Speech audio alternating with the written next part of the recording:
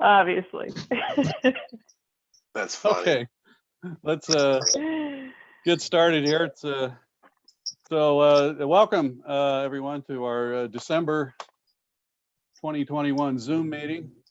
So second year in a row we've had to do our December meeting on Zoom.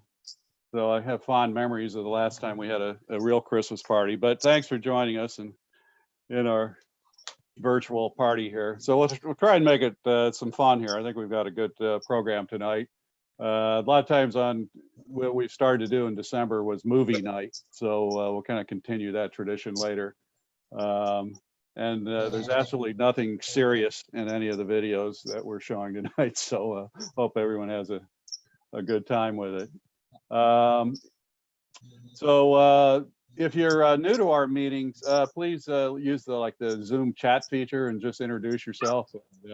Also, if you have any questions about what we're doing or anything, use the chat and I'll relay them out to everyone.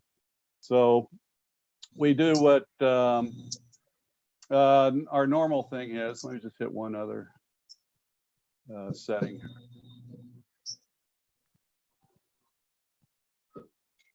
There we go.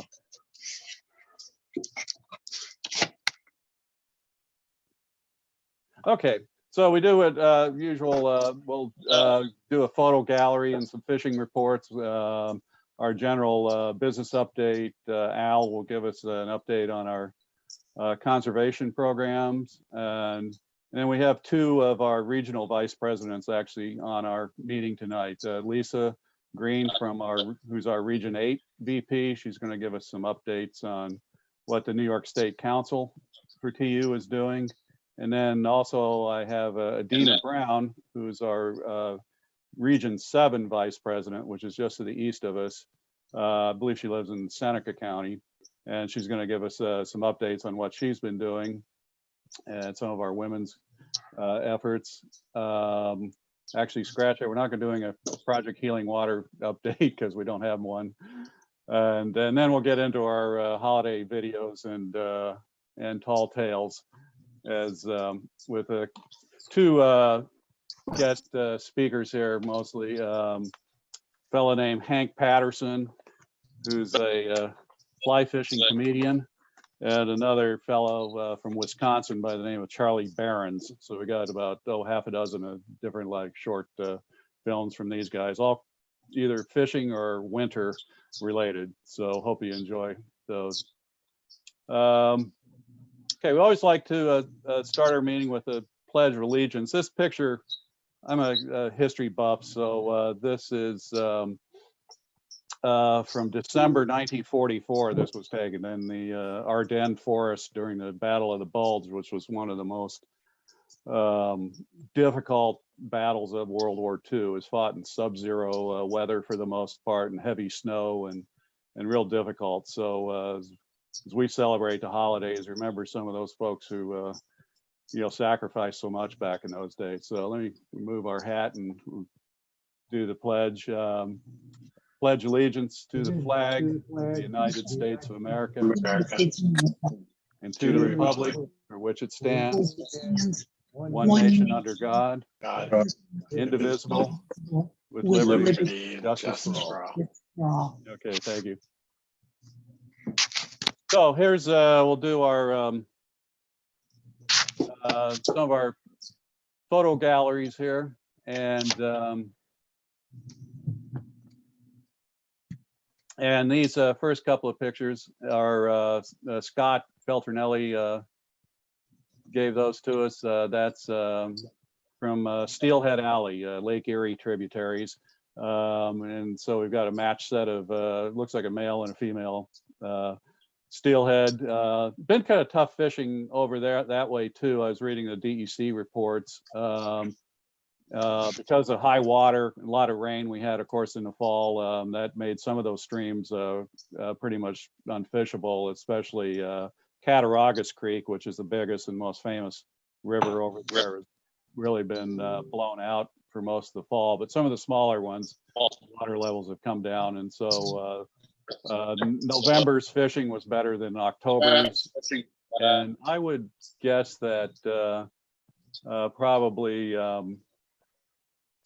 December would be even better, at least if this current weather holds up, because it hasn't rained too much. So those are a couple of Lake Erie steelhead. And then Scott also shared these. These are from Lake Ontario tributaries, a couple of nice brown trout that he or clients of his have caught there. I like that blue iridescence you get on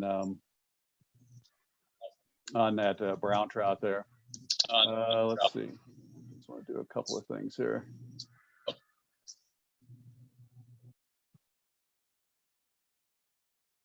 Okay, I'm just muting some folks there.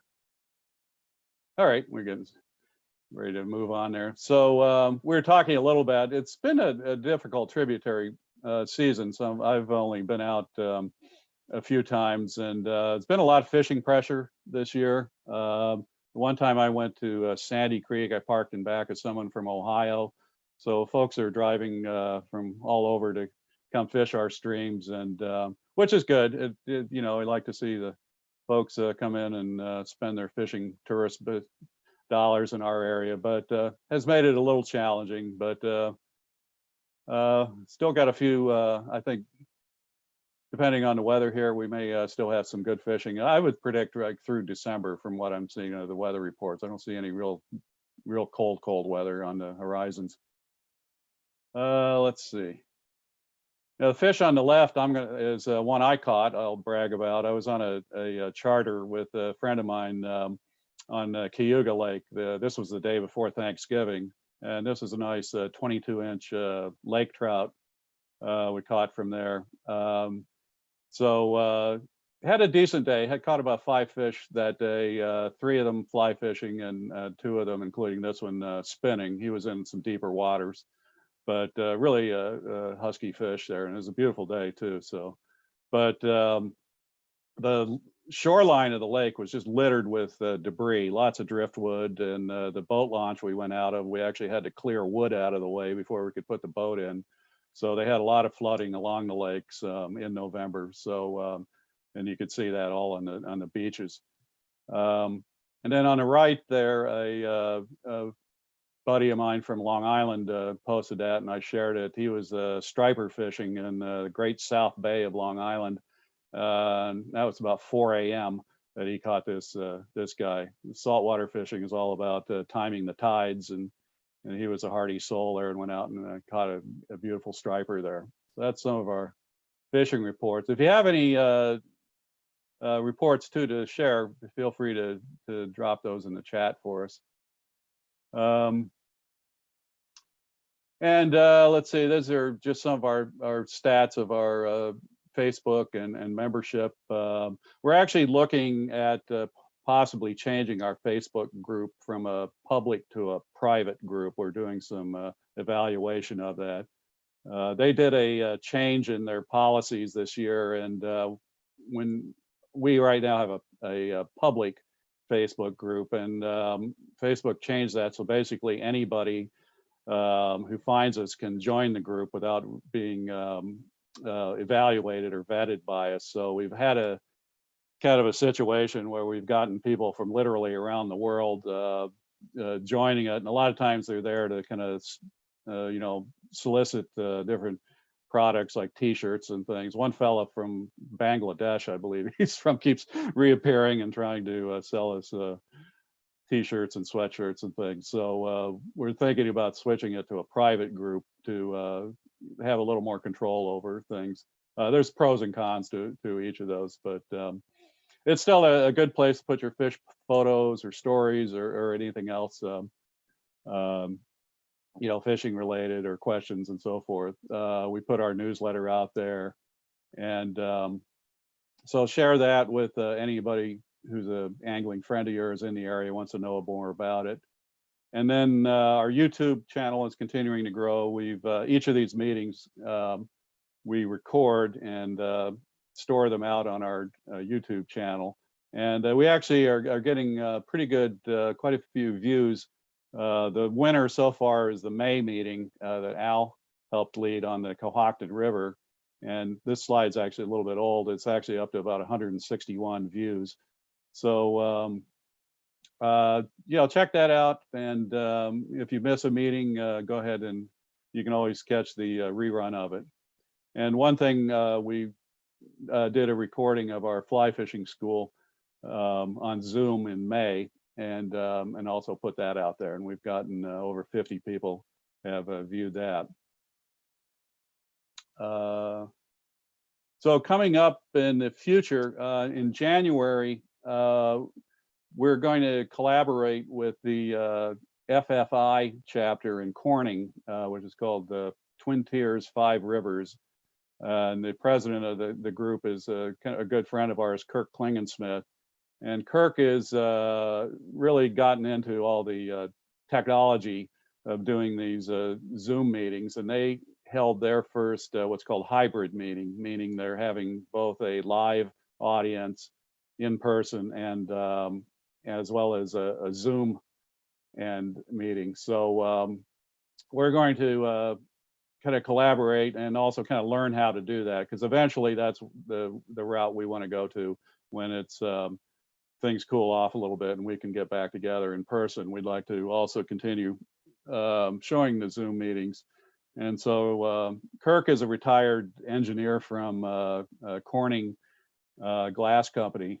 And so he's done all sorts of things with the sound and audio and the video production that you have to do to pull this off. So we're going down there to learn as much as anything else. So that should be a good time. It's also a good group to get better acquainted with. One of the 5 rivers that is in their name is the Cohocton River, which is one of our home rivers up here. So we actually share that body of water with this group, and they do a lot of good programs. So look forward to getting more involved with them. February, we have a fellow called Bob Herson as our speaker. He's a really big fly tyer, calls himself the Bohemian fly fisher, and he'll talk a little bit about the business that he runs doing that. And also there's a fishing and outdoor expo scheduled in Niagara Falls in February. So we'll do a little preview of that. And that should be, hopefully it occur. Hasn't, the last time they did that was in January of 2020. So they skipped it last year.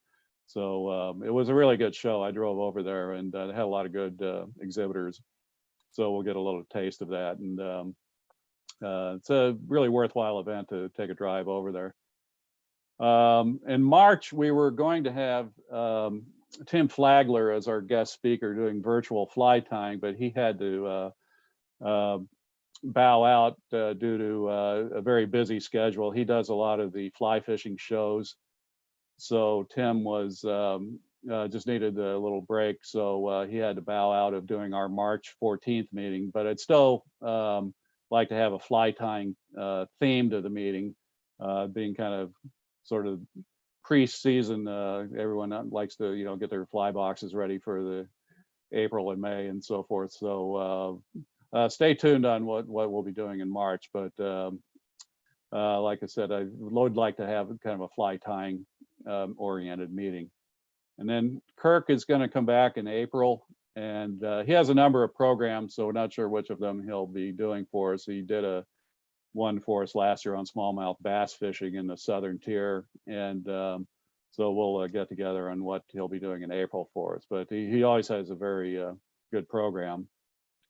And then our May, June, and July events are all going to be outdoors.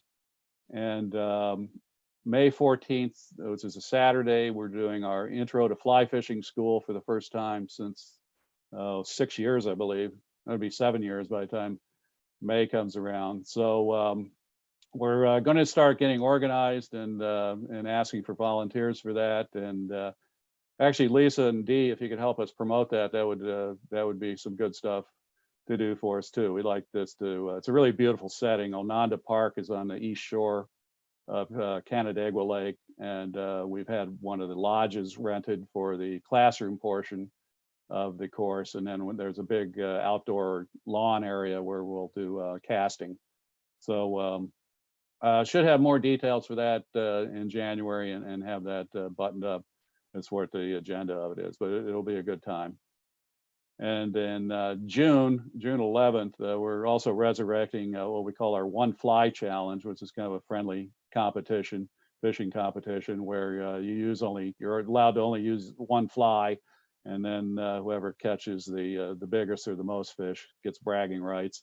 And we're going to have our picnic that we like to do in June afterwards. And we're going to do that at in the what they call the special regs area on the Cohocton River, near let's see, between Wallace and Avoca, I believe is the towns it's near. But it's a great big, really good parking area, and we should have plenty of room to have a nice picnic as well as do some fishing in a really beautiful spot. It's my favorite spot on the river.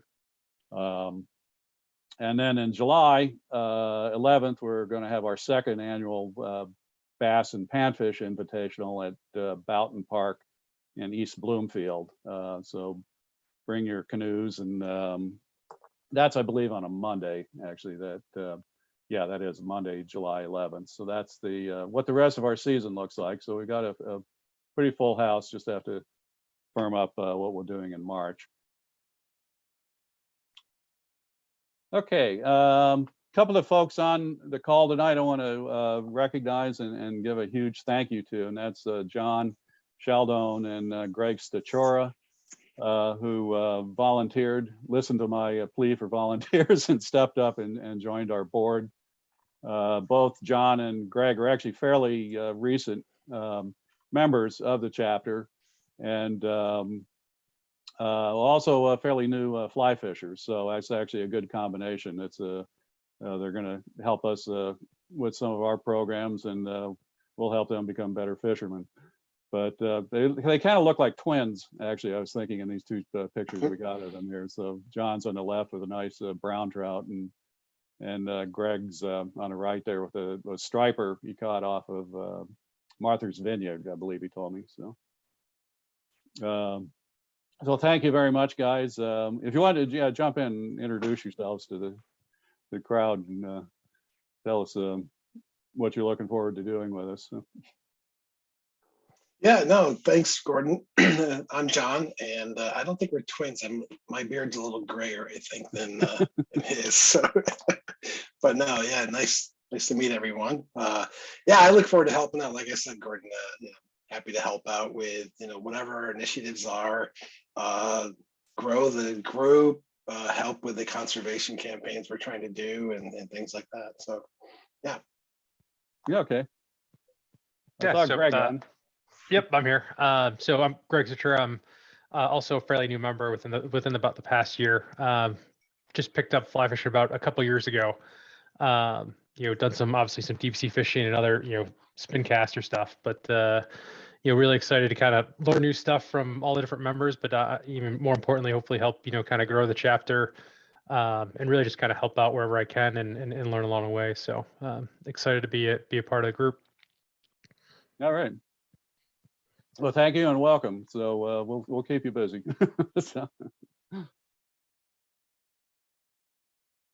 Okay, and then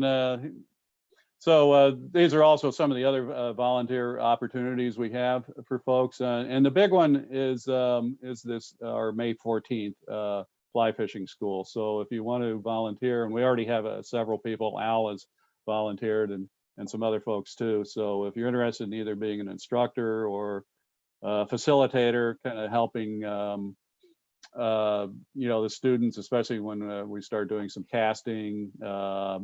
We'll need some help and ideas on promoting the event. And if you'd like to join and be a student too, and take the course, that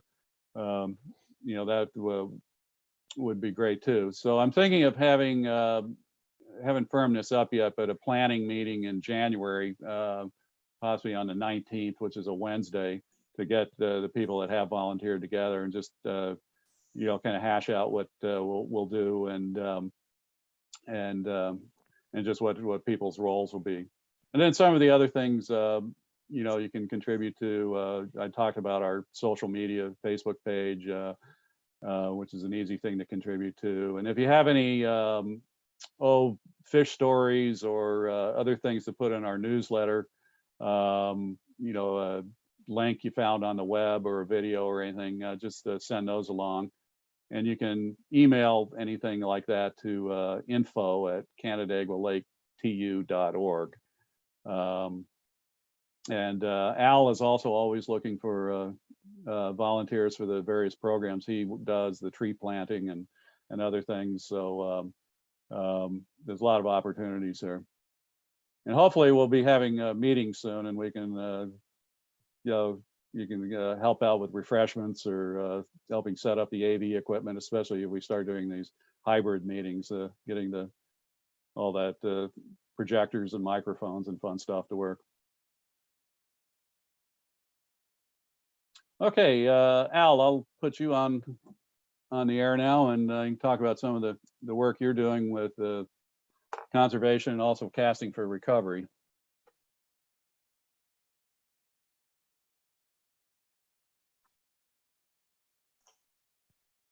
Al, you're on mute, Al.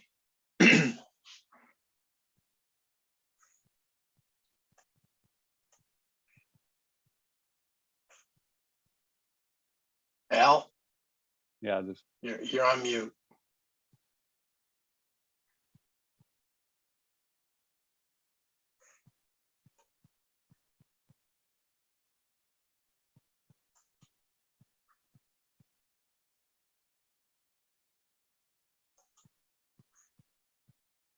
oops, Al's still on mute. Yep. Can make sure he's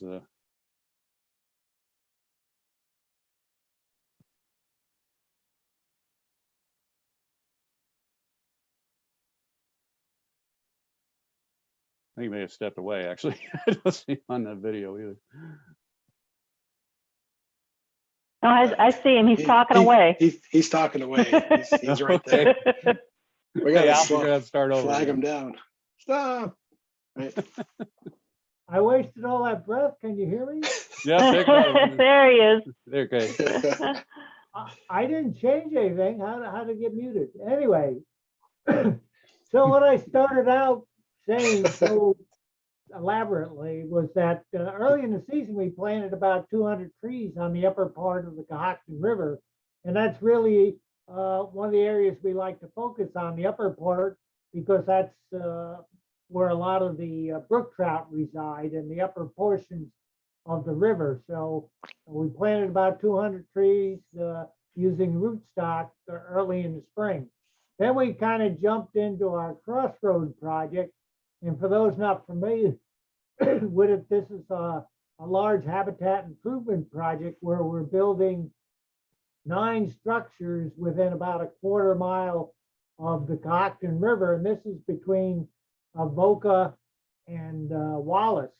And so we're going to put a large tree out in the river at each one of these 9 structures. And then we're using boulders around the tree along the edge of the stream and to anchor the trees into the bank. So we jumped right out and we did a lot of work on it. We dropped our trees down. I was able to get the local landowner to let us donate.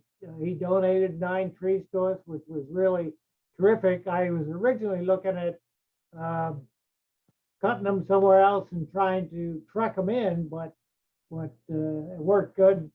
So we cut down our 9 trees, and we also went out and we marked our where the location of the structures, and we want a very specific angle. So we marked the locations.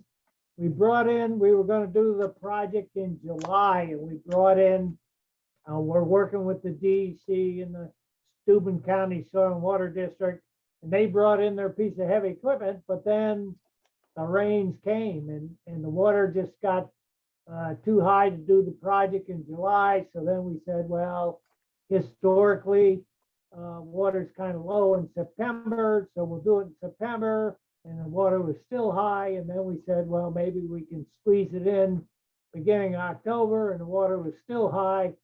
So we ended up having to push the project off into next year. So as soon as we can the water gets low enough, we want the water to be down about 80 CFS, and we want it low so we don't create a lot of turbidity. And the other thing is, in order to be able to position the trees exactly the way we want them, it's difficult to do that if the flow is high. So as soon as we can get some low water, we have to get back in there and try to complete that project. I want to try to get the structures in there. And as part of the project, we also need to plant 150, 200 trees. So I hope to get that done next year.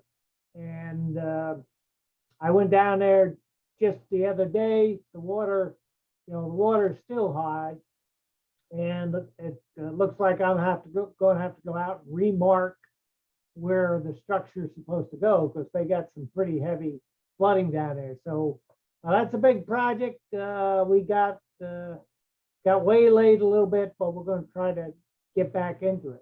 The other thing was I want to talk a little bit about our effort to support casting for recovery. In 2020, we donated about 140 flies, but they had to cancel the actual event in 2020 due to COVID. But they were able to use our flies when they had the casting for recovery event up at the Salmon River this year. So they used the flies we provided 220 and 221. So that was well appreciated. So I initiated another effort to donate flies.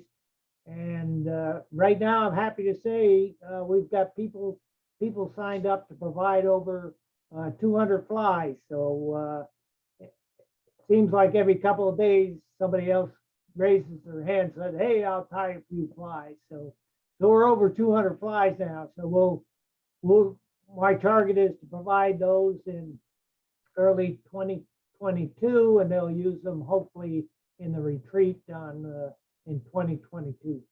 That's all I got. All right, great. And yeah, big thanks to everyone who tied all those flies. It's just such a worthwhile program, the Casting for Recovery. And I think it's at the Tailwater Lodge in Altmar that they hold the upstate retreat in. That's what we're supporting here. All right, great. So let me go to our next speaker, who's our regional vice president, Lisa Green, and talk about the New York State TU Council, what they are, what they do, and how that affects us.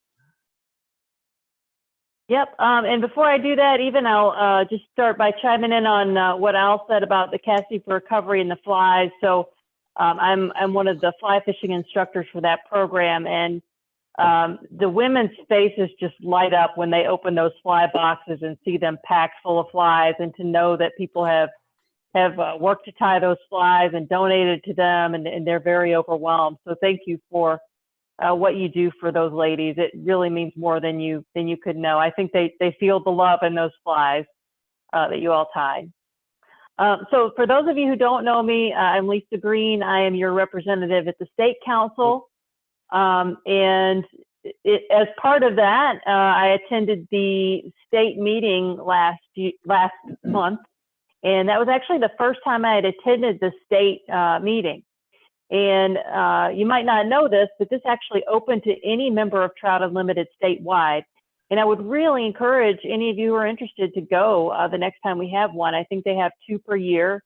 And I found it really informative to me. I've been on the board of Seth Green chapter for many years, but only been involved with the state board about a year, and really still trying to learn, what it is the state board does. How does the council interact with the chapter? What's the purpose?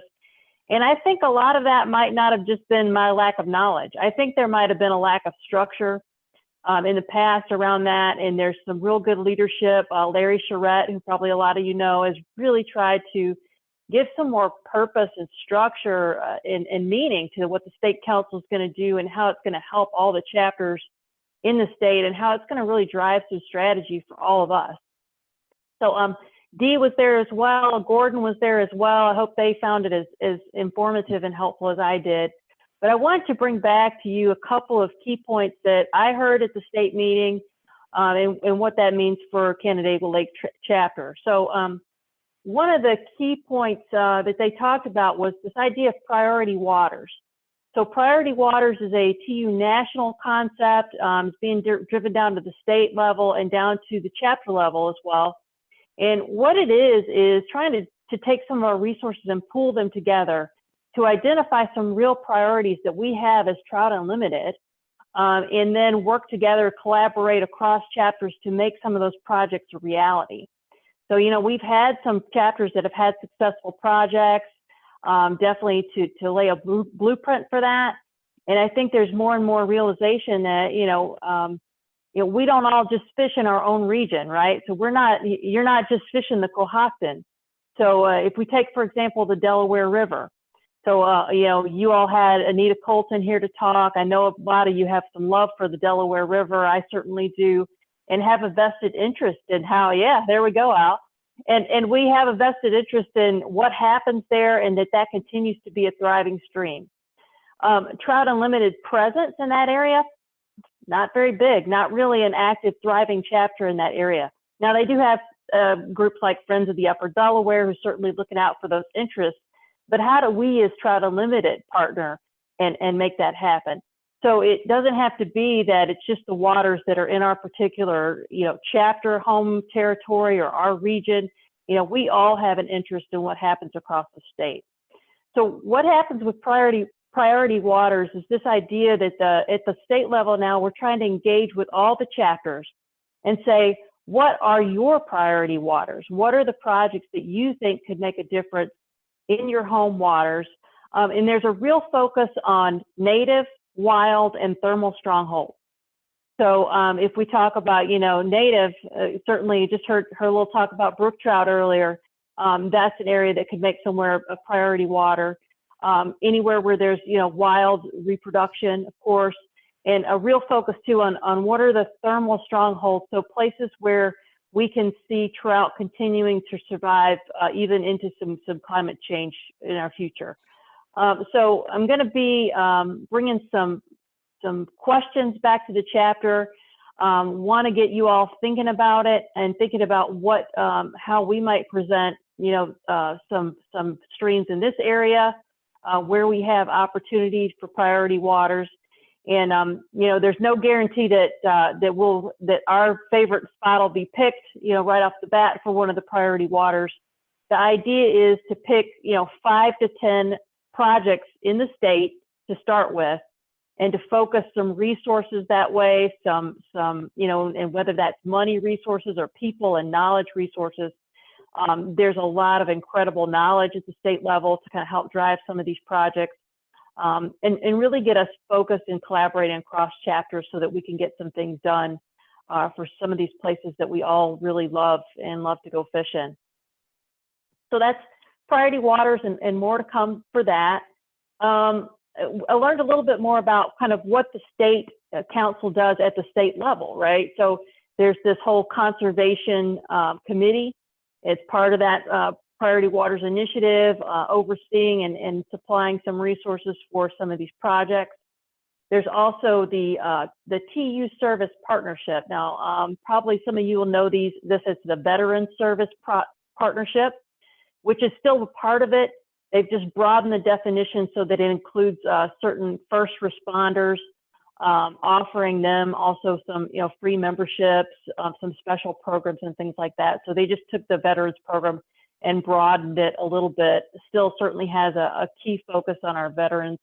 And there's a great guy that is a veteran and active National Guardsman who is heading up that initiative there.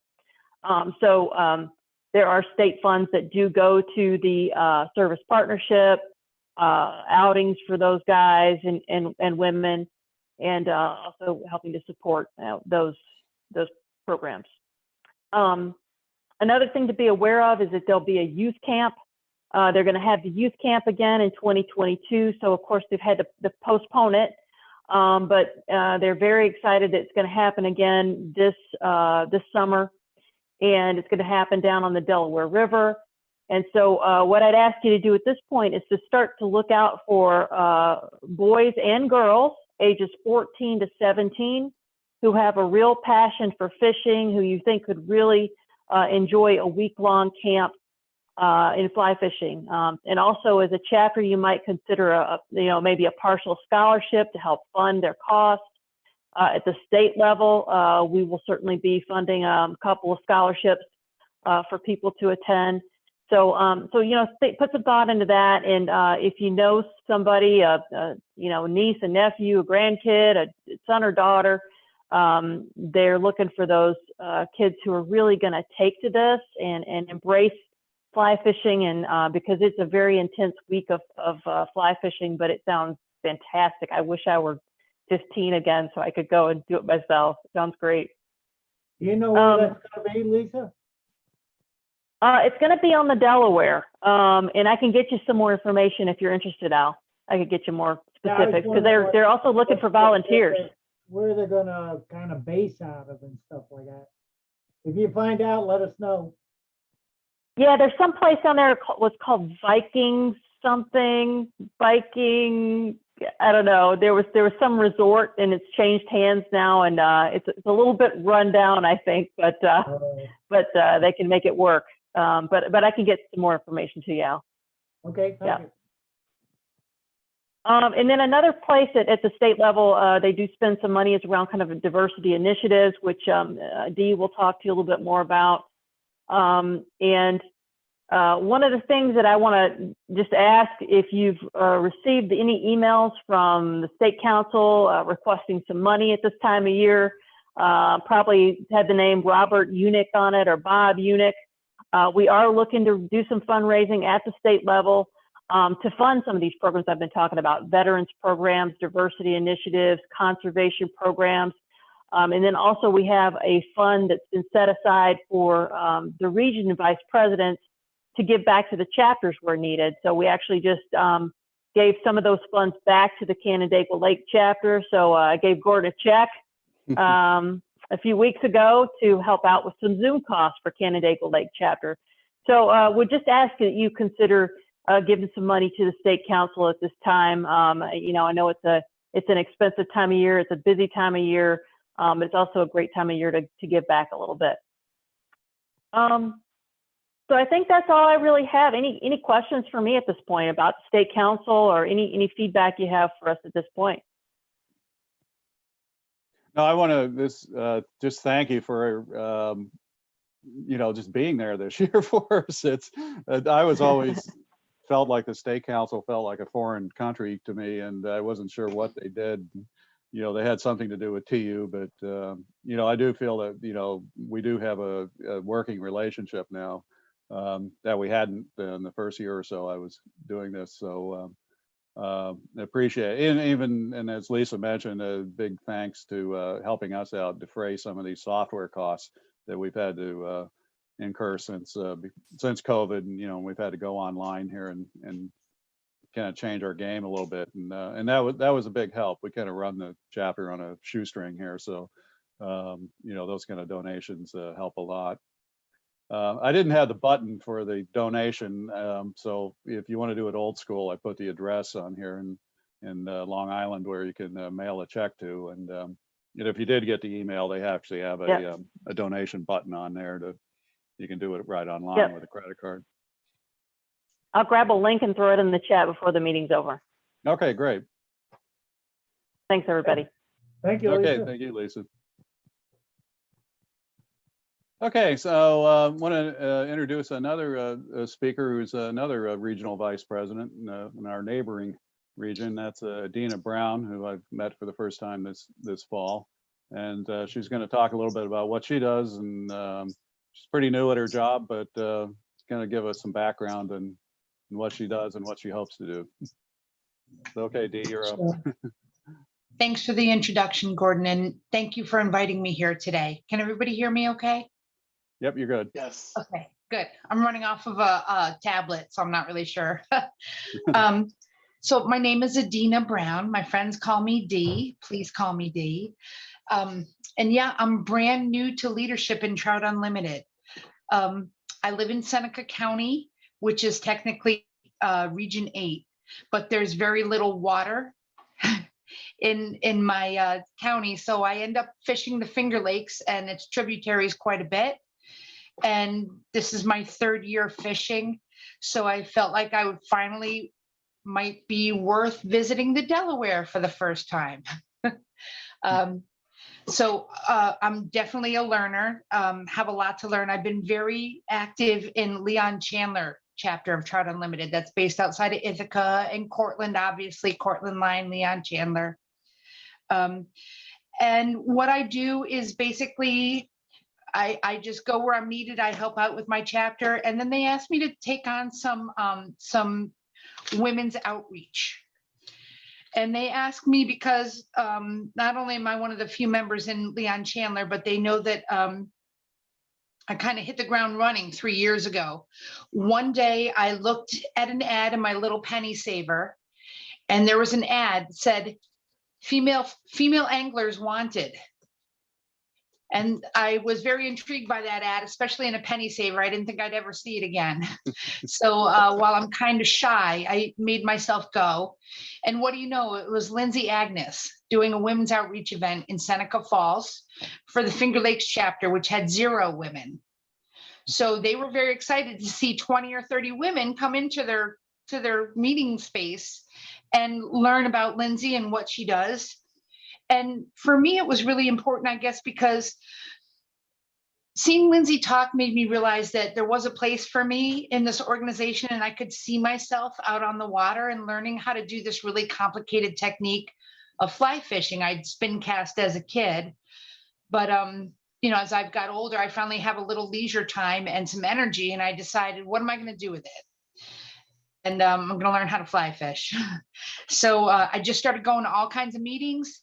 And I look at lots of resources online, and I started meeting other women.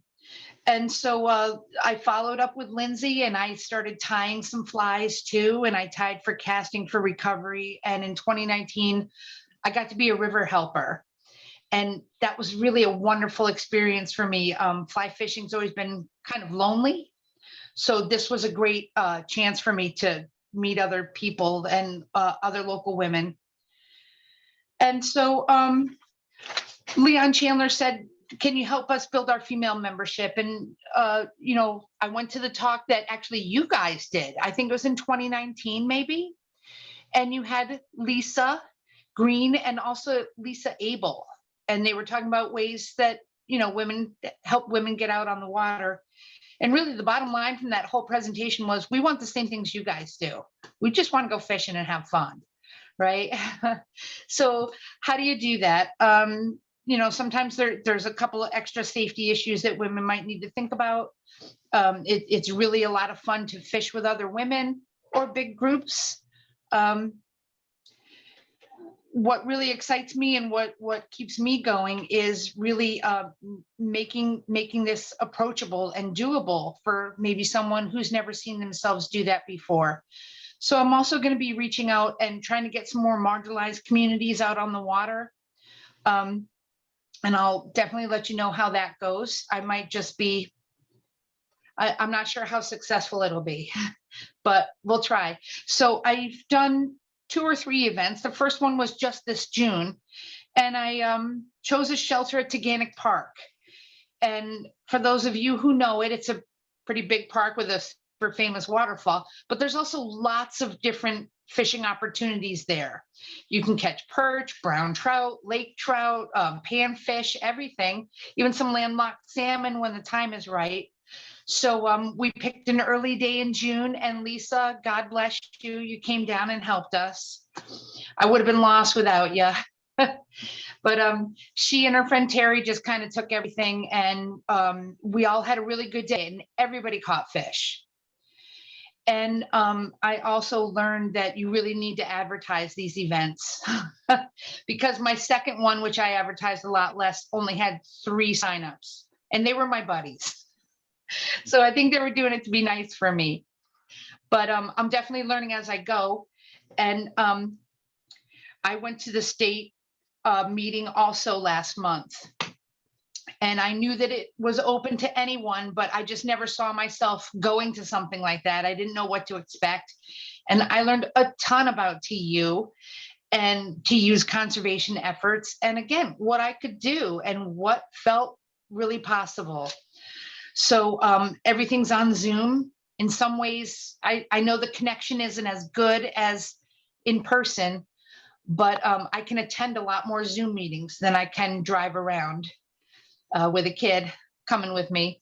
So Zoom has been very nice. I also have gone to meetings with FFI, and I also belong to a club called Juliana's Anglers. In the early days when I was brand new and I didn't know, I started Googling just women fishing in New York. And I found that really, they're a posh group, guys. Like, they're based out of New York City. They organize these beautiful exclusive trips, and they try to offer a broad spectrum of trips, but sometimes it's just weekend fishing out of Calicoon down on the Delaware. And sometimes they're, gee, let's go out west. And I think they're even organizing a trip to Belize. So those are out of my price range, but I love tagging along and learning what they do and what's successful and what's not and why. So again, I'm brand new in my role. I'm really here to learn tonight more than have a lot to offer you guys, but I want to learn how I can support your chapter and Lisa and whatever you guys need from me. So I'd be more than happy to promote your stuff on social media and just spread the good word. So I wish I had more to talk with you about, but I'm just so new as a vice president. I found out the chapters that I'm going to be working with, and I'm reaching out to them and writing emails and saying, when can we meet? Because I'd love to learn how I can support you. So that's really my shtick for tonight. The next time you meet me, I'll have a lot more to offer you. I'm really in a learning stage right now. All right, well, that was What's a lot. the center point of Region 7? Here's some of the Okay, other, I'll babble when I'm nervous, so. here's some of the other photos you gave me of some of the events you participated in. Oh, sure. So What's the center point of Region 7? The center point of Region 7? Yeah, where are you located? just I'm- east of us. Yeah, I'm east from the lake all the way down to the Pennsylvania border. So it's Leon Chandler, which is Ithaca, Iroquois, Alhazard, Madison, and Shenango Valley. So do you know those guys? No, I don't I don't know, know. but I'd like to applaud your efforts, jumping in there with both feet. The other thing I'd like to say is you definitely need to go to the West Branch, and when you go, wait it, don't float it, wait it and catch some. I've good never fish. floated. Yeah, you don't want I'm to do poor. that. That's for I'm sissies. poor and I'm learning. I don't float. No, you want to wait it, but it's some of the best fishing in the Northeast, the West Branch. I really like Stylesville. I stay up there. And I can't wait to see what the water is going to look like, with it being open more like this. Yeah. What are your yeah. thoughts, everybody? I mean, I know it's kind of a contentious issue, but Oh, with What do you the think new of Delaware? seasons, the winter season, you mean? Yeah, Yeah. they've opened for catch and release in the winter now. Yeah.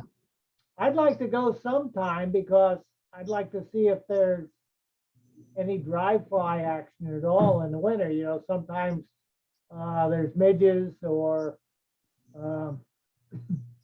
sometimes stone flies. I just like to go sometime just see if there's any dry fly action. Yep. I'm betting there's going to be some midges. There must be. But maybe I'll see you there. Yeah, I think now that especially at one thing that's held me back is I'm not crazy about fishing during deer hunting season. So, but that's, I think, wrapping up pretty much. So I'm really looking forward to getting out this winter and taking advantage of some of these things. What are some of these photos you sent me? I know this was one of the outings for women on the left here on a pond there. So there's a group photo, a large one, and that is an FFI event that was This one here. organized. The Twin Tiers, that's Kirk's bunch. Mhm. And that's over Bill Wirtz's pond. So do you guys know Bill Wirtz? Yeah, I've heard of the name. Yeah. Yeah. There's a legend that there's a 6-pound smallmouth in there. Okay. I don't know. I haven't seen it yet. You know, people telling you their stories. But that big event kind of inspired me to do my own. And hanging out with these Juliana's anglers, like the women at that dinner table at that plush lodge. That is the president's house. Her name is Heidi. She's a retired attorney from New York City. She's got these beautiful houses in the Adirondacks. Guys, she just opens it up to women in this club. And they also do upland shooting and a couple of, they do bird watching, stuff like that. It's just, they're a fun bunch of girls. And some of the other events, I always bring materials to show what fly tying is. I bring magazines for people to take. Of course, I bring food because people come for food, right? And I just, you know, I'll bring a whole bunch of waders and reels and just anything so that what I want somebody to do is see that you can do it too. If I can do it, you can do it too. If you want to try on waders and see how they feel, you want to try handling a fly rod, you know, without committing to anything at all. Sure, let's do it. I'm all about getting more people engaged in the outdoors, whether it's fishing or hunting or just being engaged in your environment. So that's really where I'm at. All right, Does well, anybody great. have any other questions? The one I had, so the Leon Chandler chapter, I know it's one of the bigger ones, Yeah. more active ones. How have you started to meet in person again? Or I think I saw some of your updates on Facebook and. Yeah, that's a good question. We held off and we did virtual events for a long time. And then this summer, we kind of looked at each other and said, you know, there's no restrictions. Why aren't we getting together? So we did a couple of impromptu fishing get-togethers, like down on the Tyaph-Neoga River, like down around Whitney Point, you know, like some bass fishing and stuff like that. But then we decided to hold our chapter fundraiser last month. And, you know, there was a lot of debate over whether we should gather in person. And we had people sign waivers. We didn't ask them for immunization. And we decided to go for it. We went to an American Legion chapter, which we'd never been to before. And they were quite generous with space. So we were able to get pretty spread out. We had maybe 30 or 40 people attend, which was huge for us. And we raised about $1,200, which we mostly did in raffles and donations. I put in for my first float trip. So I'm actually going to go bass fishing with Kirk on his boat. Oh, great. But it was really to help my chapter more than anything. But yeah. And that money is mostly used for trout in the classroom and for sending kids to DEC camp. Those have been our historically, that's been our focus at Leon Chandler, just getting youth involved one way or another. All right, that's great, because So, I mean, you're not that far away yeah. from us, so I would like to, and one of my goals this year is to collaborate more with the area chapters. I'm with you. Let's do that. Because I think the rest of our events are going to be virtual. You know, TU doesn't want us to gather in person, certainly not now. Cornell and Ithaca College went to Code Yellow, so that kind of makes us all rethink everything. Okay. But yeah. All right, well, great, Dee. It's really nice to meet you, and thanks for coming to our meeting again. So Thanks for having me and listening. Okay, no. All right. So let's segue into the entertainment portion of our December meeting, which is a bunch of silliness here. So we got a couple of guys here. The first one we're going to show is a film called Hotspot Fishing with Hank Patterson. And then we have some other ones here. So let me, without further ado, stop this share and bring up my YouTube stuff. Okay. So this is our old friend Hank, and he's going to be talking about hot spotting, which people get very excited about. So,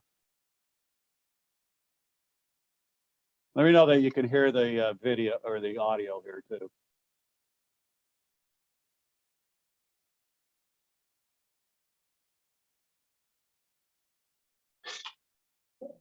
Are you sharing? Are you attempting to share? Oop, hold on. Thanks, John. So, hit the pause here. Always one thing. It's not one thing, it's something else. I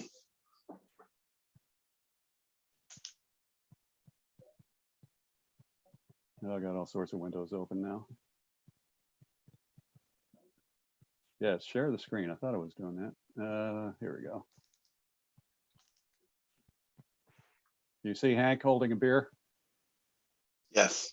Okay. Let me know if you can hear the audio. That's the other thing I always. Nothing more than a knife and a fork. I can start a campfire with nothing but a box of matches and a can of gasoline. I can fend off a grizzly bear with my bare hands. My bare hands! Anyway, one of the most contentious subjects in all of fishing is hot spotting, AKA blowing up the spot where you caught the fish, AKA not keeping a secret and telling everybody where you caught the fish. Here's an idea. Post a picture or video of yourself sometime holding the fish, and then say the name of the river. And then you can just sit back and wait for all the death threats to start rolling in. Seriously, you're about to be blamed for everything. You'll be blamed for every single out-of-state license plate on that river. You'll be blamed every time somebody pulls up and finds somebody else in their favorite fishing hole. You'll be blamed every time somebody doesn't catch a fish. You'll be blamed for the wolf population. None of these wolves would be here if Terry hadn't posted that video. Everything will be your fault. And rightfully so. You let the cat out of the bag. Even worse, you let the epic fishing spot out of the bag. Here are a few tips on how you can share pictures and video without giving away the location of your super secret spot. Lie. That's it. Just lie about it. Look, you're gonna lie about how many fish you caught and the size of the fish. You might as well lie about the location. I do it all the time.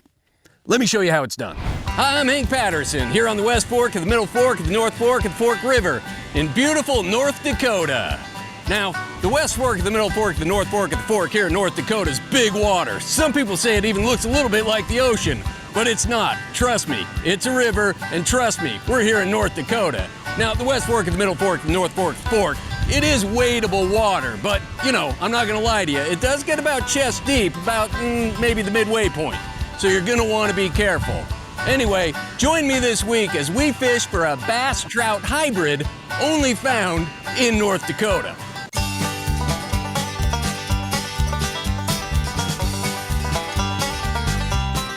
Yeah, it's a standard North Dakota bass trout hybrid. Woo!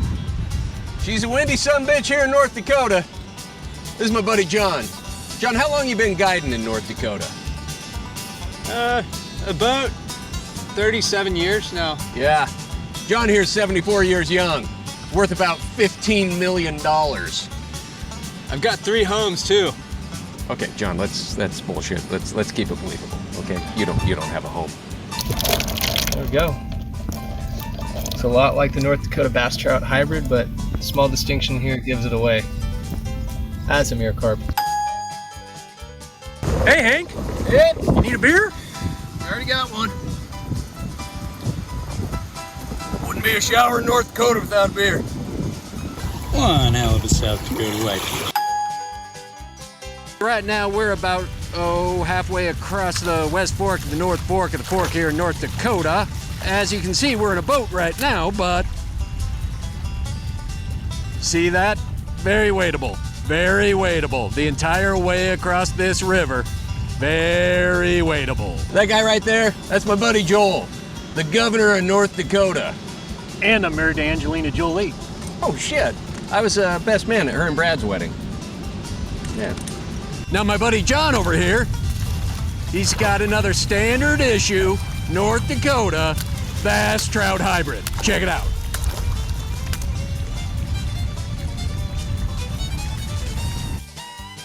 Another thing you're gonna love about North Dakota is camping. You can lay back in the middle of the night and hear those wolves howling, the mountain bluebirds singing, and if you listen real close, you can even hear the North Dakota state song.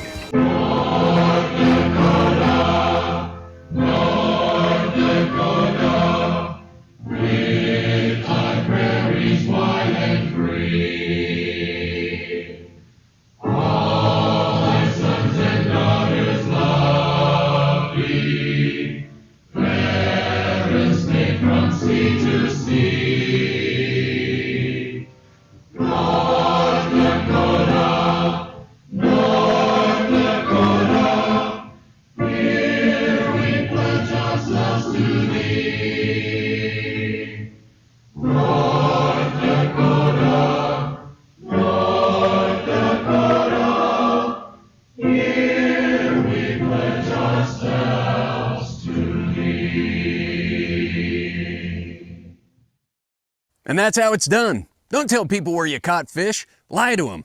Now everybody that watches this video is gonna run on out to the computer and book a trip to Fargo to go fish for bass trout hybrid.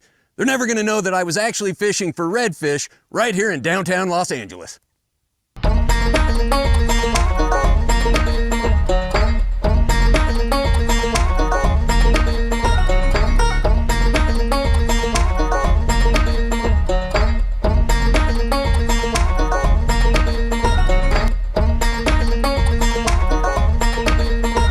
Hey, you can waste more of your valuable time at hankpatterson.com or by listening to my podcast, Hank Patterson's Outdoor Misadventures.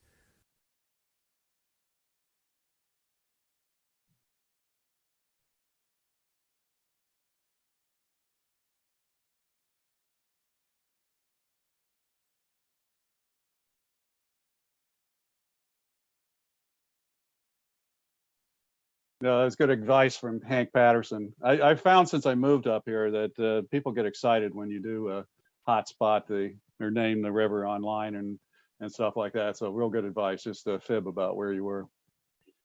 So let's see, our next video is from Charlie Berens from Wisconsin. It's called Cow versus Deer. Very timely for this time of year. So enjoy. Okay, let's hit the start button.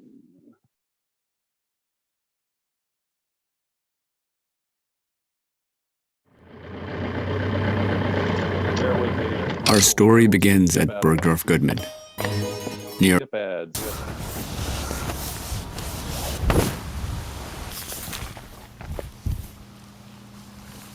Oh dear. Holy cow, you startled me. What are you doing out here in the corn? I'm not supposed to be out here. You know, I'm just eyeing it up. Knee high by the 4th of July, not quite there yet. How you been other than that? I've told you this before. Stop it with the other joke. What? What? Hey, what's going on? Come on. Eyes are up here. Eyes down here. Sorry, I was admiring your rack. What? What is it? I think I heard a car. I'll be right back. Oh. So senseless. Woo, man, what a rush. Why would you do that? Deer crossing, I had the right of way. You know what? It looks like you've been gaining some weight. You need to lay off the grass. You should talk. You look like you put on quite a few yourself. Actually, I found a great spot in the woods. Yeah. There's salt growing on a tree. That doesn't sound natural. They also got a bucket, corn and apples in it. Oh, no kidding. Yeah, you want an apple? I got one for you. Yeah, sure. Huh, you know, if you think this is an apple, you might not want to go back there in the fall. Speaking of which, I was at John and Jane's house the other day. Oh yeah, the does. How are they doing? Jane's looking pretty good. Ah. Yeah, it's gonna be a wild rut this year. You know, you and your gosh darn promiscuity, I don't agree with that, okay? I'm a polygamous species. I got does in different area codes. Us cattle, we just have one partner for life. Bull. Yeah, Tank. You know him? Looks like he's about to wrestle with Tabitha over what there. the heck he is? Tank, I will grab you by the horns. He's really getting after it. Wow. Sorry, How dare he? Really? Well, I'm just bucking around. I am not in the mood. You're really milking that. You think that's funny? How would you feel if someone's pulling on your teats all day? There's a lot of pressure to produce, because if I don't, you know what happens to me. Yeah, you got a lot at stake, don't you? Why are you throwing apples like that? I think we just need to relax. Hold on, I got something for you. Found these in the treehouse next to the bait box. Here you go. Nice hooves. They got water there, huh? It actually feels nice on my teats. Yeah, it's days like these that Really miss Harold. Yeah, you guys used to hang out a lot together. Yeah, now he's just hanging up at the supper club. Ah. Lost a good one. Pour one out for him. Gone too soon, Harold. Yeah, we lost Bessie too. I bet Harold's looking over her right now, you know, because she's on the dining room table at the supper club. Lost another. Rest in peace, Bessie. Speaking of Harold, have you seen his brother Francis around lately? I haven't seen him much. Oh, yeah, Francis. I saw Francis the other day. For some reason, he was sleeping on the side of the interstate. I said, hey there, Francis, that's a weird place to go sleep in. And he didn't say anything back, so I didn't want to wake him. Oh, shoot. Hey, what are you doing? You can't eat jerky. Are you a cannibal? I'm stressed, okay? And it's beef jerky. It's been this... Son. What did you say? Turkey jerky. Is that Harold? Maybe. Harold! What are you doing? What are you doing? Don't do this. Why won't you tip? Come on, stop it now. Stop it now. Move. Okay, you're right. I'm sorry. Let's say a prayer for Harold, okay? Yeah. All right. Let's do that. Dearly departed. Come on. So roll out the barrel and get the band brewing. Oh, you betcha, yeah. Yeah. Okay, a little Wisconsin humor. So That's pretty funny. Okay, who's talking here? Very funny. Okay, let's see. That was Cal versus Deer. So here's another Hank Patterson one. Just good to get inside. And let's get our share going again.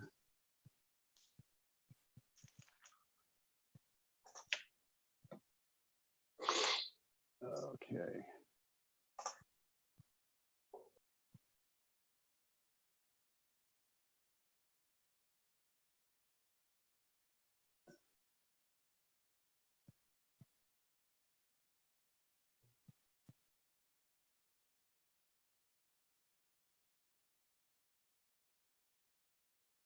Hi, I'm Hank Patterson, Cub Scout dropout, and world-renowned fly fishing expert and guide.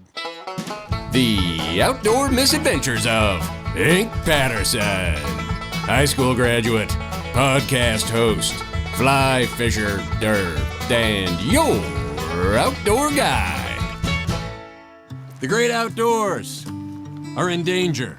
Our rivers, lakes, streams, mountains, campsites, our favorite fishing holes are facing unprecedented threats. Pollution, climate change, condominium developments, litter bug infestations, and well-organized rattlesnakes wage war on the great outdoors and us outdoor people every single day. It's pretty scary stuff, but not nearly as frightening as the threat I'm here to warn you about today.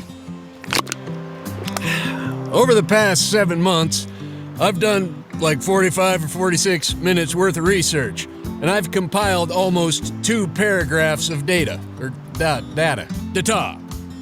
And I've discovered there's a new #1 threat to the great outdoors. Indoor people. Going outdoors. Human beings whose natural habitat is the in of doors are going out of doors. The some bitches are going outside. We've all seen them. Putting their children on the back of a 2,000-pound bison in Yellowstone like it's a pony ride at the county fair. Walking around the campground with a golf shirt tucked into a pair of slacks. Running towards a grizzly bear to get a selfie that nobody's ever gonna give a shit about. Attempting to protect a cow elk from a bull elk during mating season. Repeatedly jackknifing their new 47-foot trailer trying to back it into a campsite. Repeatedly jackknifing their boat trying to get it into the lake. Blaming their wife and children for repeatedly jackknifing their trailer and their boat. Slowly approaching a pack of wolves with their hand out like they're going to meet the neighbor's new miniature toy poodle. Keeping their Taco Bell leftovers inside their sleeping bag. Inside their tent. In grizzly bear country. For safekeeping. Applying bear spray like it's mosquito repellent. Leaving a bunch of trash behind at their campsite like some outdoor butler's gonna come and clean up all their shit. Watching movies on a 57-inch flat-screen TV inside their 200-foot air-conditioned RV talking about how much they just love the great outdoors. Pooping. Next to their tent. Next to where they peed on their tent the night before. And we've all heard them. talking about, oh my God, is it always this cold in the wilderness? You guys, do you see how much dirt is under my fingernails? What's so great about deer? These roads would be a lot better if they paved them. I would not have come if I'd have known I had to poop outside. Oh my God, I wish I would have brought a jacket. Oh my God, why did I bring this jacket? Look at all those bears. Is anybody else getting service? Because I have like 0 bars. Shh. Did you hear that bear? Did you hear that bear? You guys, I think there's a bear in that tree. Asking the park rangers, hey, what time do they let the animals out in the morning? Hey, if we pay extra, can we pet the mooses? Asking their fishing guides, hey, how old is a rainbow before it becomes a steelhead? When are we gonna catch a fish? How many fish are we gonna catch? Is fishing always this boring? Take it from me. We are currently experiencing an indoorsy infestation the like we've never seen. You want proof? Look no further than the camp area and roadside warning signs that the government is forced to post to protect these jackasses. For example, the other day, I'm driving up to Glacier National Park, and they got a roadside sign. It's got a picture of a guy who's like falling off of a cliff. It's got a big red circle around it with a slash through it as if to say, hey, don't fall off a cliff. You see, we outdoor people, we know instinctually not to go chuck ourselves off of a cliff. We don't need a sign. They do. You know the #1 cause of death in the Grand Canyon? Indoorsy people chucking themselves off a cliff. Number 2, indoor people landing on outdoor people at the bottom of the cliff. So I'm in a campground outside of Yellowstone a couple of weeks back. They got a picture of a guy in a polo shirt trying to feed a ham sandwich to a bear, and it just says, avoid being mauled by a grizzly bear. I'm thinking to myself, well, who the hell needs that sign? The indoorsies, that's who. See, I read that sign and I'm like, yeah, no shit. They read that sign and it's like, oh. Drive around the mountains in Idaho sometime. Every single corner, they got a sign that says, watch for rocks. Like, who the hell isn't watching for rocks? I'll tell you who. Some guy in a 97 Miata wearing a scarf that he got at a cardigan shop in Europe, going on his first ever camping trip, that's who. But my favorite warning sign that they're starting to put up in all the national parks is got a picture of a guy, and he's trying to mount a bull moose, right? And it's got the big red circle around it and a slash through it as if to say, hey, don't try to mount a bull moose. Now, this one got me curious, right? Because I thought to myself, oh my God, how many guys got killed to death trying to mount a bull moose before they decided to put up a sign? 27. It's 27. I did the research. I made the phone calls, right? Because here it is. You got 3 or 4 guys get killed to death mounting a bull moose. That's just funny, right? You get up to like 14, you put out a pamphlet, like a trifold, hand it out as people come into the park. At 27, they start like, okay, we got a problem here. People are trying to mount a bull moose. We better put up signs. The indoorsies are an invasive species. They're dangerous. They're annoying. They're outside, and they do not belong. Now, many of you are going to say, but Hank, shouldn't everyone have an opportunity to get outside and enjoy the great outdoors? Well, no. Look, I'm not going to sit at home in a dark room playing Fork Knife on the Atari video game machine or watching home renovation shows or some shit about how to bake a cake. They don't need to be out hunting, fishing, camping, and hiking. So what are we to do? How do we solve this problem? I'll tell you how. Build more malls. Put in like 3-acre food courts where the indoorsies can feed on Orange Julius. Make more episodes of that Bachelor show so they can all have their little parties and drink boxed wine and talk about who the hell's gonna go marry who. Build more Disneylands as is. Look, indoor people aren't gonna want to go to the real outdoors if they can go to the pretend outdoors. I mean, why go down to a real river when you can go to a chlorinated lazy river? Or why see an actual grizzly bear when you can cuddle up to a stuffed grizzly bear playing a banjo? Here's how we can all help. We all need to stop posting happy, smiley pictures of everybody having a good time around a campfire.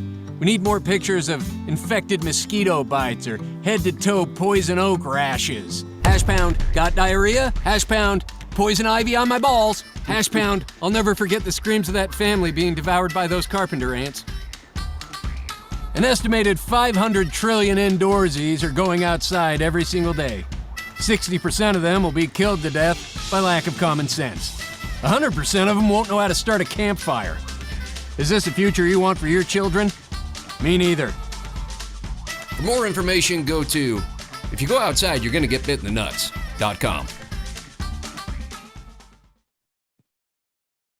All right, that's our. This flashlight is basically a lightsaber. So here's another one, one I can relate to, first-time boat owner. So also from Charlie Berens here. So yeah, I just got a truck from my neighbor Miles. Is that the So yeah, I just got a truck from my neighbor Miles. Is that the trail bus with the 2-inch lift on the rear wheels for a more sporty look? You betcha, buddy. Came with a hitch and everything. What's a hitch without a boat? So I'm on my way to get a new top-of-the-line, state-of-the-art, multi-species action fishing boat. It's gonna be phenomenal. Oh my gosh. Oh, geez Louise. It's beautiful. So I found this boat on Craigslist, brand spanking new to me. When I got out and I saw it in person, there was moisture welling up in my eye area, allergies. I just saw visions of walleyes and perch and bass. So you're looking at a 1956 Alumacraft. It's a 14-footer with a 30-horse Johnson Javelin. That's a real nice Johnson. Doesn't have a standard fuel pump or anything like that. It's a pressure tank. They stopped making these because they were like dangerous, or notorious for like blowing up if you were being stupid. So just be very careful. Not saying that I'm stupid per se. Historically speaking, I've done stupid things. Squeaks like a cheese curd. That's how you know it's done right. It's like taking your first child home from the hospital. Time to see if it floats. Yeah, that didn't go anywhere. We are ready to go. Do we remember life jackets? Hey, you'll be fine. You can swim, right? Wait, did we forget the beer? We gotta go back. That was a close one. Just the essentials, leeches and beer. Time to name this beauty the SSO. And we're off to the races. Perfect. Oh, where's your... Oh, God. See, that is why you don't skip geometry class. This is not how physics works. What's going on here? Oh, we got an audience in the bar. Hey, no, I'm not trying to land it. I'm just trying to test the limits of the hitch. See how far I can get to jackknifing before it pops off. No, stop videotaping. Yeah, this isn't going on TikTok. You fellas are funny. Time to find a different lake. Hey, Dad. Did you get the boat in the water? Not quite. Couldn't back it in the water, could you? Yeah, okay, fine. I got nervous. There was a long line I couldn't perform. Just like the urinals at Lambeau. Dad, I told you that in confidence. Finally, a secluded launch. See, I just need a little privacy. Oh, I get it now, the opposite direction. Why didn't anyone just say that? Oh, yeah, money. Well, close enough. Dad, how you doing? Look who got the boat in the water, huh? What's it? Yeah, I put the plug in. Yeah. Oh, shit. Dad, I gotta go.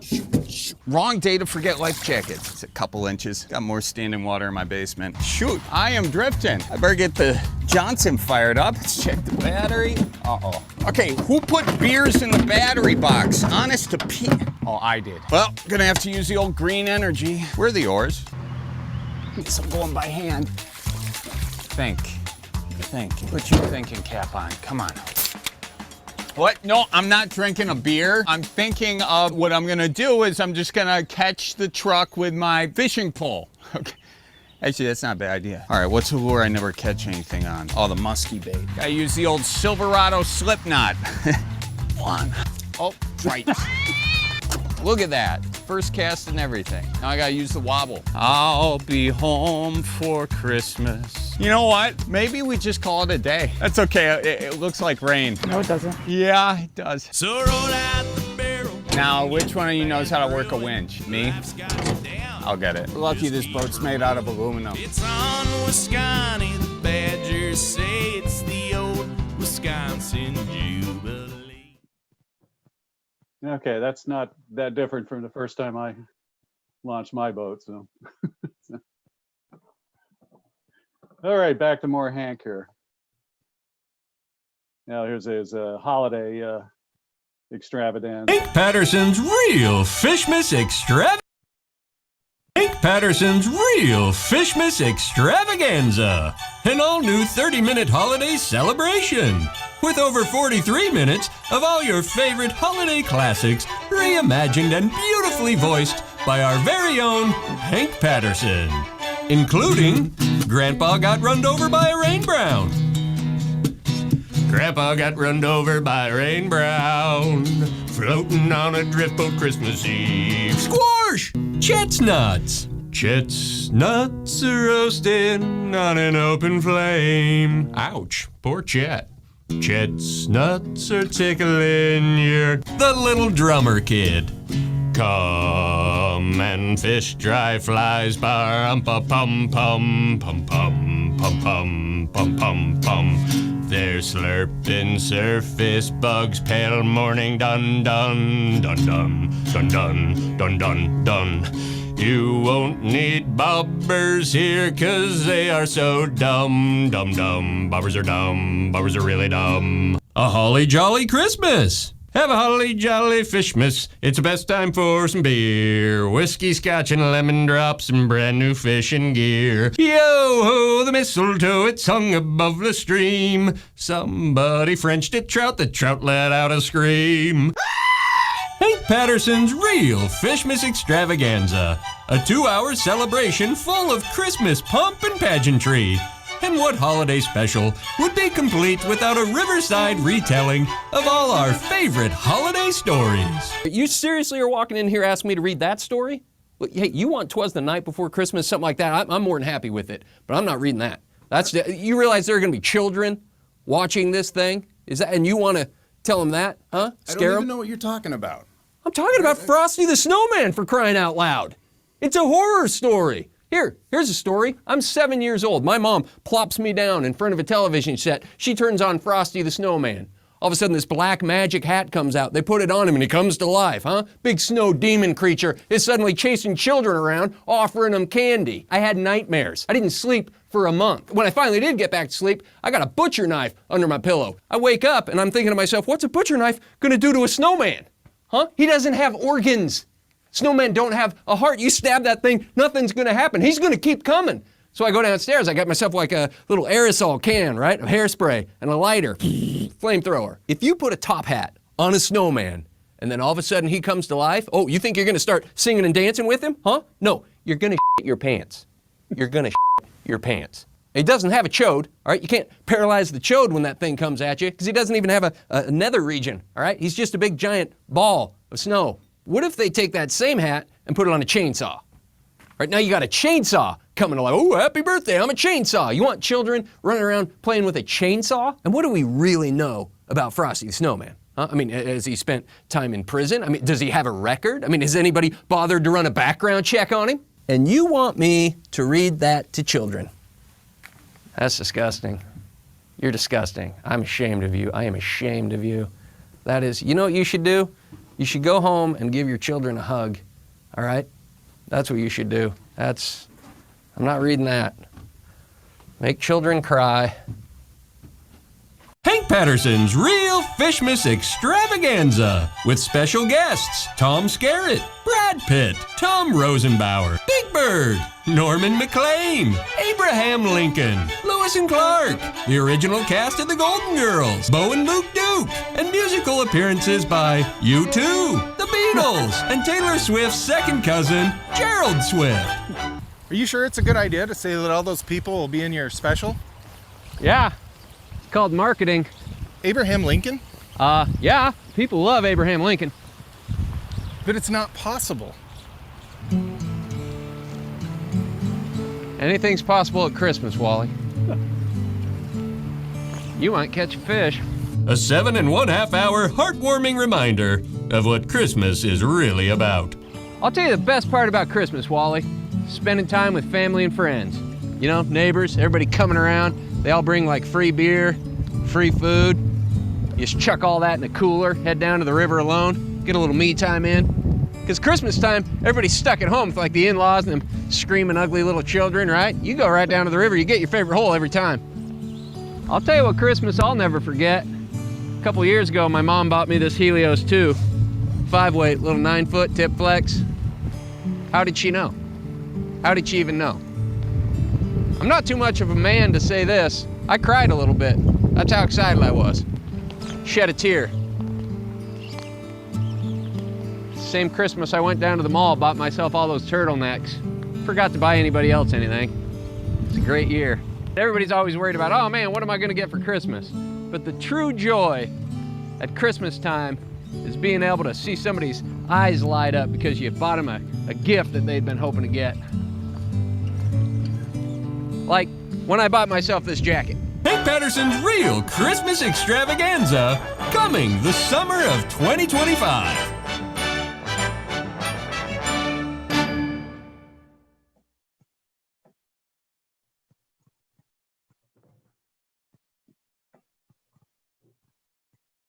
Okay, that's a little festive Hank Patterson there. If you've always wanted to learn how to fly, get rid of him. Get our next one teed up here. And this is our last one, another from Charlie here.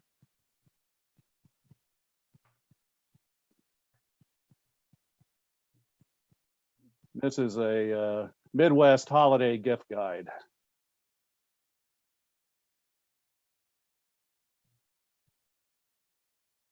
Don't you know, folks, it's that time of year. Christmas is almost here, and Jeepers Cripes, you could go out there on Black Friday and, you know, camp out in front of a Best Buy or something, or you could just go to manduakmint.com. It's your one-stop shop for all your Christmas needs. Let me be honest, Pete, are you gonna find keeper moving bar dice at a Best Buy? I don't think so. Look at that, Ship Cabin Crew, all in one roll. And a 9. Or are you gonna go in the Bed Bath & Beyond, find keeper moving cribbage board? Yeah, no. Folks, you can't just waltz into the Gap and get this Watch Out for Reindeer sweater.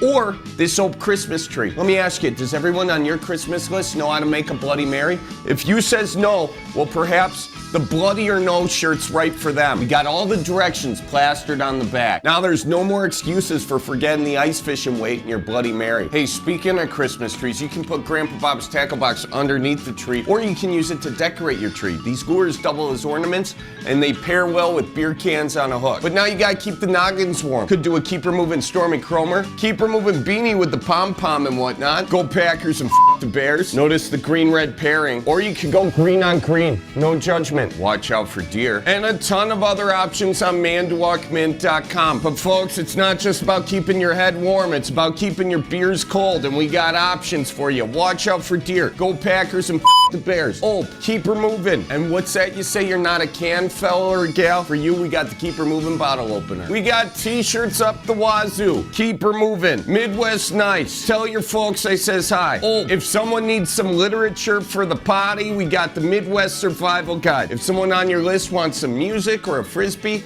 we got the Unthawed album with Berens and Gruel. And I almost forgot the Wisconsin state flag. We changed it up a little bit, and there's plenty more sweatshirts and all this other stuff. And folks, if you can hear, my voice is going a little bit, so if you purchase it, know that a good percentage of your proceeds are going to go to getting me Sudafed. And folks, let me make sure to mention, everything you saw here today is made in the U.S. and printed in Wisconsin. And we got Giving Tuesday coming up. So anything you order on Tuesday, we're giving a percentage of the proceeds to CVI, that Center for Veterans Issues, and the Boys and Girls Club of Greater Milwaukee. And folks, remember, shop early, ship early. Okie dokes, folks. Well, I hope this was the best merch promo of your life. As always, go Packers and the Bears. Okie dokes, and now that Thanksgiving's over, it means we can listen to Christmas music. So we'll play you out from a tune off the Berens and Gruel album, Unthawed. This one's called Wintertime in Wisconsin. Not the cold, it's the wind. No, it's the cold. We're a certain breed. I kind of want to leave. We'll just bundle up. Can't move my arms. It's that time of year. Hey, hand me another beer. Wintertime in Wisconsin.